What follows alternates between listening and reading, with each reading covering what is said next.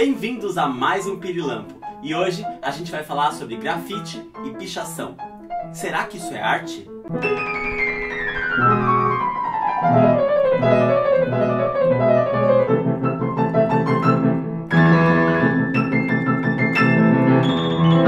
No começo do ano, a Prefeitura de São Paulo apagou os grafites da Avenida 23 de Maio em São Paulo. Isso abriu a discussão. Será que grafite é arte? E pichação? Pichação não é arte? Desde a pré-história, a humanidade pinta em paredes. Acredita-se que as pinturas rupestres eram um modo, ao mesmo tempo, do ser humano se identificar e também dele conseguir capturar aquilo que ele estava representando. Estudos recentes mostram que essas pinturas tinham um caráter mágico, religioso. No Renascimento, a gente tem o exemplo da obra Santa Ceia do Leonardo da Vinci. Você sabia que essa pintura é feita na parede do fundo de um convento? E a criação de Adão, do Michelangelo? Você sabia que essa obra é o trecho de um teto da Capela Sistina? Mais recentemente, a gente tem a obra do Diego Rivera, que pintava murais em paredes no México. Apesar de também ter pintado telas, o Diego Rivera ficou conhecido no mundo todo por seus murais enormes, pinturas em paredes cuja temática era principalmente o trabalho, o trabalhador e as questões sociais. Por todas essas razões, não dá pra ficar achando que grafite e picho sejam simplesmente sujeira ou coisa de quem não tem o que fazer. Não dá pra achar que essas obras possam ser simplesmente apagadas. Afinal de contas, elas fazem parte da cultura e da história do nosso tempo. Essa obra que vocês veem aí é de um artista do Reino Unido chamado Banksy. Na obra dele, a gente percebe a principal característica da arte do grafite, que é o fato dela dialogar, conversar com o lugar onde é feita, ou seja, cada grafite funciona em um lugar específico, porque é feito para aquele lugar. Ou seja, a escolha da parede não é aleatória. Outra característica presente no grafite é essa questão da provocação política, da desobediência, que faz parte do espírito revolucionário dessa arte. Nesse exemplo, vemos que o Banksy grafitou justamente com uma placa que diz que grafitar é crime. Bem irônico, né? Esta é o exemplo de uma obra de uma artista brasileira e mulher chamada Anarquia Boladona, do Rio de Janeiro. O trabalho dela, além de provar que a arte do grafite não é só feita por homens nem gringos, também tem como tema a violência contra a mulher e as pautas de luta feministas. O que é importante entender sobre o grafite e a pichação é que ambos são tipos de linguagens dentro do que chamamos de arte urbana, ou seja, arte da rua, da cidade. Outras linguagens de arte urbana são o rap e o street dance, por exemplo.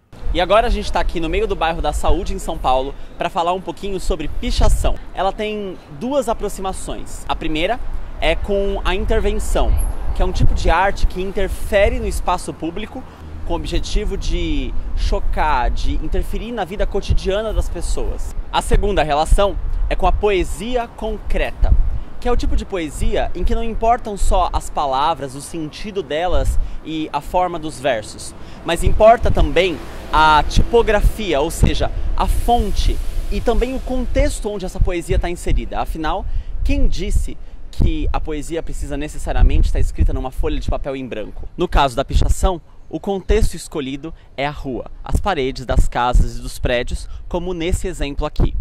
Nesse exemplo, a tipografia escolhida é bem geométrica e cada letra está escrita em um andar do prédio. Ao olhar para essa palavra escrita tão grande assim no meio da rua, o que você pensaria? Que tipo de ironia o artista está se referindo?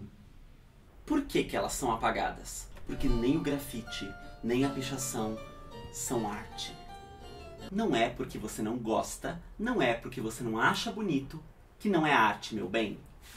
Mas o que é arte? O que é beleza? Cada obra ao longo da história revela o bom gosto do artista que produziu a obra e também de quem financiou a produção dessa obra. Quantas obras ao longo da história também não podem ter sido destruídas porque elas simplesmente não correspondiam ao bom gosto de alguém? Ou melhor, das pessoas que detinham o poder. E por outro lado, dá pra gente pensar também, por serem intervenções urbanas que não pedem permissão para existir, tanto o grafite quanto o picho, eles estão sujeitos ao efêmero, a alguma coisa que passa, cuja duração é pequena. Ele está sujeito ao apagamento. Por quê? Por quê? Por quê? Por quê? Por quê? Por quê? Por quê? Porque elas revelam essa luta entre a classe dominante que detém o poder e a classe dominada que quer se expressar e não tem onde.